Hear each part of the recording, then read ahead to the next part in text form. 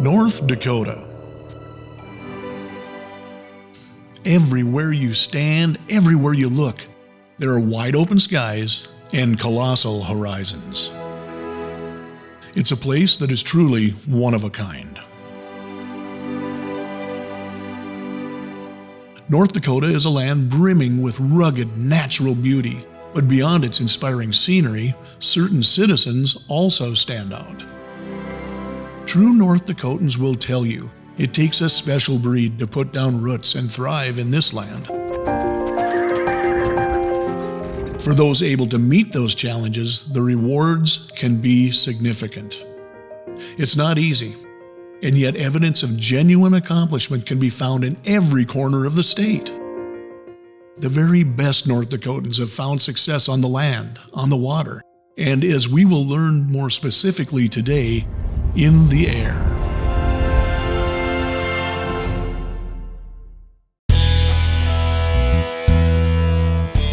Now, when you think of great endeavors in aviation, thoughts might turn to the military. Or perhaps you fancy the flash and scale of a spectacle like the Oshkosh Air Show. Or even closer to home, the industry pride and successes of the School of Aerospace Sciences at the University of North Dakota. Today, our focus is a bit more out of the ordinary. It is trained upon the heart of North Dakota and the remarkable story of a one-of-a-kind man whose life and work have led to success, not only for himself, but for hundreds of budding and veteran aviators. Out of the bright blue skies of North Dakota, over decades of professional development and thousands of flight hours, we salute Mr. Alan Sauter. He has excelled as a pilot, a teacher, and a mentor. He's a friend and a family man, and the list goes on. Now the time has come for the highest honor that can be bestowed upon an aviator in North Dakota. Welcome, Alan Sauter. Welcome to the North Dakota Aviation Hall of Fame.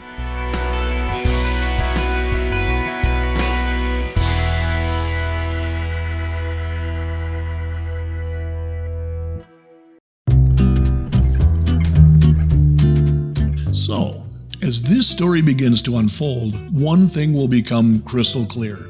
For a variety of reasons, a lot of people know Al Sauter. I'm Bill Keenan. I know Al Sauter. I would say anybody in the aviation community knows Al Sauter. I know Al Sauter. I know Al Sauter. And Al is the kind of guy who is approachable, but he's also the kind of person that can approach others. I'm Kyle Warner, and I know Al Sauter. Yes, Al Sauter is just that guy. He's like a magnet. He's always smiling, and he can literally make a friend at the drop of a hat. He'll talk to anyone. What do you talk about? He'll talk about anything. It happens all the time, and we're told just about everywhere he goes. The friends we spoke with were more than happy to tell us plenty about this amazing man. But to clarify the picture even further, let's go back a few years to the middle of North Dakota, where this story got its start. Saving all the kisses for Victory Day for when you walk back through that Al Sauter was born October 2nd, 1941. Surrounded by loving parents and lots of brothers and sisters, Al was raised on a farm near the town of Harvey. And as you might imagine, life in those days wasn't always easy. But the challenges presented also delivered opportunities, and they provided deep roots for a true North Dakota work ethic. Al lost his father at an early age, but not before he inherited his father's powerful love for aviation, a gift great enough to last a lifetime, and maybe more. Al was an early bloomer. Word is he started grade school at 4.5 years old and got away with it. As he grew into a young man, the stars seemed to align in such a way that sealed his destiny in aviation in the very best of ways. His mother was not always fond of his aerial aspirations, but through it all, he stayed true to his dreams. He followed his heart, and he does not regret it. I'm glad I didn't listen very well. I've said that many times. You know, a lot of people back then thought there was maybe something wrong with you if you wanted to fly airplanes because it was dangerous, very dangerous. And I suppose it was just a motherly thing. She didn't want me to get hurt. I'm glad I didn't listen, and I had one of the best careers you could have. Al Sauter was one of those kids who was always on a mission. He would be the first to tell you he was willing to do just about anything to get near an airplane. One summer, he managed to land what turned out to be a one-of-a-kind job. When a local crop sprayer put out the call for a flagger, Al answered the bell. After all was said and done, Al's pay for a summer of hard work? His very own J3 Piper Cub. Not bad for a 16-year-old kid. It was a sweet deal. He became a pilot that summer, and he soloed on Christmas Day 1957, taking off and landing on skis, no less. Over the long haul, Al had made another friend for life, and because of that, he would always have an airplane to fly. In 1958, Uncle Sam came calling, and Al joined the Army. Once again, he easily met all of the entry requirements except for one. The early bloomer was technically too young. Once again, it was Mom to the rescue, and she eventually signed off, and Al was able to enlist. His tender age did change things a little bit, but once again there was a silver lining. In the process, Al would become an aircraft maintenance ace, skill and experience which would later pay great dividends. Once old enough to be an Army pilot, his dream became reality, and by the end of his service, Al was certified to fly every aircraft in his Army Base Flying Club squadron. In 1962, Al returned to his native North Dakota. Ready and energized by his military experience, he was now primed to tackle new horizons, and his commercial aviation career would soon shift into high gear. With certifications and increased qualifications as a pilot and an instructor, his stock was rapidly rising, and it would remain strong for years to come.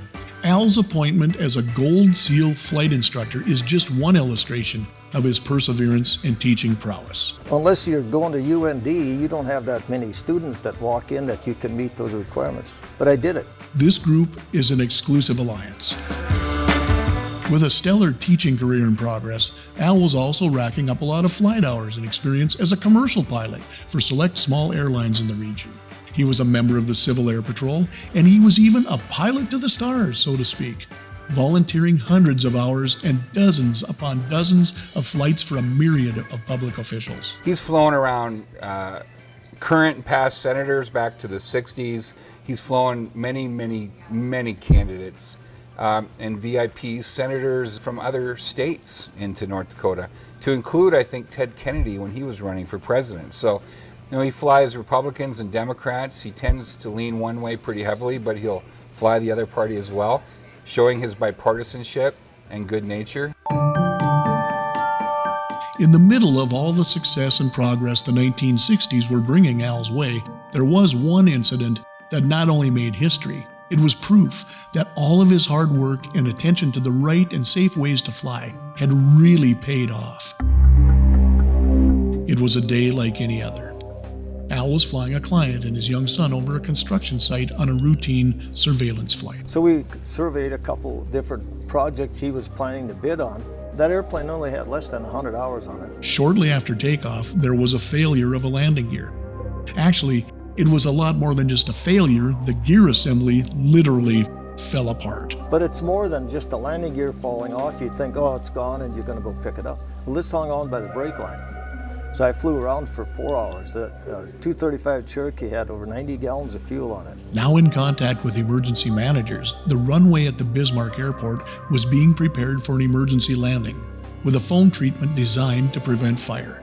This was a Bismarck first. And it happened to be a hot day. So I looked out, and that landing gear was swinging like a pendulum. And it would swing back and hit the airplane. It would shake the airplane. And the strut of the landing gear actually protruded up through the wing. I could see daylight through the wing. Al says the time burning the excess fuel was nerve-wracking, to say the least, but it also bought him time to plan. Mentally studied it, reviewed it over and over, and use imagination. Take the landing gear off, it's going to change the profile of that airplane. So I had it all kind of figured out. Now it was time to land. And years of experience and a magnitude of knowledge about all aspects of how airplanes work and fly were in full play. He had a plan, and the final approach was underway. The perfect landing the controls, if you watch it land, I held it on one wheel as long as I could until I was out of aileron. If you were to demonstrate a landing with one landing gear, that would be the one to look at. Thankfully, he was able to land the limping aircraft. Because of his skill and experience, it was done safely, and everyone walked away from what could have been certain tragedy. In spite of it all, Al was able to keep his cool, and he would maintain his spotless record of flight without damage to an aircraft caused by pilot error. It worked out just perfectly. It slid off, and of course we had to replace the wing. Certainly, aircraft repairs were needed, but the Cherokee, and most importantly, Al, would fly again another day.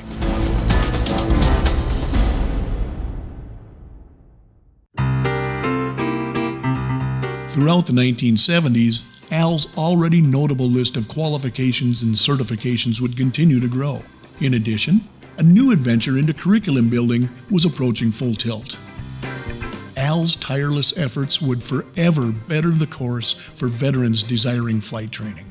At the same time, he was hard at work producing protocols for multi-engine schooling and training course outlines, many of which are still in use today. And while the business of flight was booming for the Sauter family, perhaps the crowning moments of Al's career were budding directly in front of him and happening right at home. One thing about Al is not only is he a pilot, but he's a good family man, he's a father, he's a grandfather. Indeed, Al Sauter is at heart a family man. Both Ross and Ross's sister, they're the love of Al's life. It's a great family story. Mentoring both a daughter and a son as they grew, you can be sure Al saw to it that aviation was a large part of everyday life at the Sauter house. And while the kids had equal opportunity, only one of them ultimately chose the Skyway as a career. I went to ground school with my younger brother, and he took off, and I knew it was not for me. Even though her path to the future was not through the air, daughter Renee did find success in business and her family. Most importantly, she's mom to 4 great kids who are very proud of their granddad. I'm Carissa Craven, and I'm Al Sauter's granddaughter. Just pretty incredible. Definitely the cream of the crop, so I'm pretty proud of him. I think we're all pretty proud of him. Now let's meet Renee's younger brother. Hi, I'm Ross Sauter, Al Sauter's son. I call that the finished product of all the things I've done. That's the finished product. In the same way his sister knew the sky was not for her, brother Ross knew from an early age exactly what he wanted to do. The first time I remember flying with my father was probably on a day in kindergarten when he asked if I wanted to go flying with him instead of go to school, and of course I said yes. So I went on a trip with him. I flew in the right seat, and I just remember how beautiful the view was, and I admired my father for taking me on the trip and everything that he was doing. It really got me hooked on aviation. A vivid memory is worth volumes. When I was young, I knew I was going to follow in his footsteps because I even set up a mock cockpit in my house, and I would pretend to fly. He turned a picnic table upside down. I happened to buy a mock-up of a 747 instrument panel when the 747 first came out, and he was less than a year old at that time.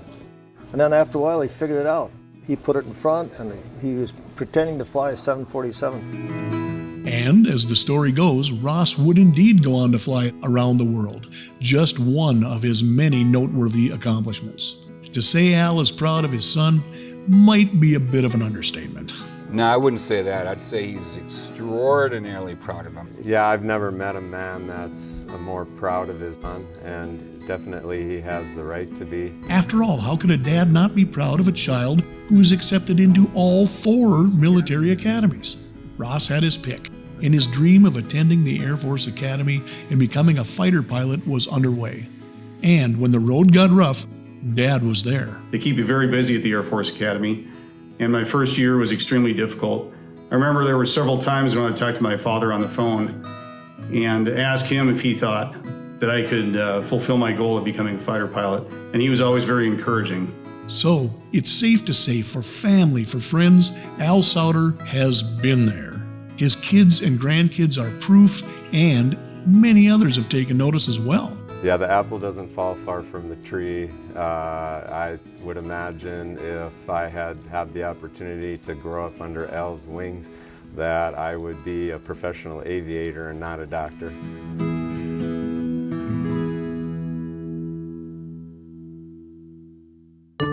So, we've spent a good deal of time telling you about Al and his airplanes. But could there be anything else that makes this guy tick? No, strictly airplanes. Well, we found out that's not entirely true. My father has a very entrepreneurial spirit. He's a great peony farmer. He's a man of many talents. He's got an incredible garden. He does trees all over North Dakota. Variety, as they say, is the spice of life. And Al's life in the world of aviation is ample proof of that. But then there's this. Take a look around his stopping grounds. Who has their own airport in their backyard? I mean, he built that and maintains it. And that's not all. He's got a hangar full of fun and memories. Even more curiously, he's built a scale model schoolhouse, a throwback to his younger days.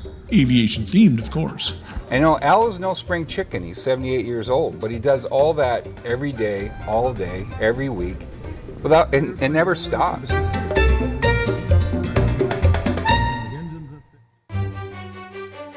Over the years, 44 individuals have been welcomed into the North Dakota Aviation Hall of Fame.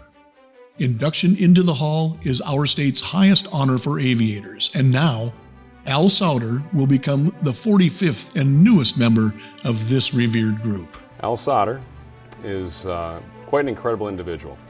And when you look at his application, the one thing that stood out to me was the number of reference letters that were provided with that application. We had over 20 individuals all throughout North Dakota write something incredible about Al. He's one of the best instructors I've ever ridden with, and he deserves this award. I personally don't know any other pilot in North Dakota that has all the accomplishments that Al Sauter has done. His resume is outstanding. Just to be able to stick with it for that number of years, to have that safety record and that experience behind him, I mean, just puts him right at the top for an award like this. Well, rarely in life do you come across people that are so passionate about what they do. I mean, Al eats, breathes, and sleeps and dreams about aviation. He deserves it. He's been flying forever. He really does deserve it. Al Sauter's story is truly one for the ages. For more than 60 years, Al Sauter has taken to the air to make a living, to make new friends, to help produce quality pilots, and to find better and safer ways to fly. He has shared his gifts, and he has made North Dakota an even better place to live. You bet. You know, Al, I'd like to wish you congratulations on this award. And I hope you're the best. You're a person that I think really, really deserves this. You've worked hard for it, and everybody thinks you should have this. Al deserves it. I mean, he's been flying for so long. I mean, that's his life. He lives and breathes aviation, so really happy for him. Congratulations. I'm proud of you. We're all proud of you, and love you lots. We wish you the best, and thanks so much for the number of years that you put in and the number of students you've taught and will continue to teach. It's just there's no words can't express how grateful we are to have someone like you for an instructor and for a mentor. I'm just very lucky to have gotten to know Al, been trained by Al. He's taught me so much about safe flying that I'm going to try to have that legacy of his live on through me as well a little bit if I can. Dad, it's been an honor to have you as an instructor, a mentor, and my father throughout my whole life. I learned a lot from you. I know aviation in North Dakota has learned a lot from you. There's hundreds of students out there whom you've imparted all of your knowledge and experience to. Likewise, and similarly with myself, it's suited me well in my Air Force career and my airline career. I can't thank you enough for everything you've done. And I know this is an honor that you deserve, and it's good to see that you've earned it. Congratulations, Dad. Here's to you. Very proud of you, Dad. It's been a long career of flying, and a lot of people, and a lot of airplanes. I'm really proud of you. Love you. Welcome, Alan Sauter. Your personal kindness and generosity, along with your many accomplishments and positive impact on aviation in North Dakota, are acknowledged and appreciated. You truly are one of a kind. Welcome to the North Dakota Aviation Hall of Fame.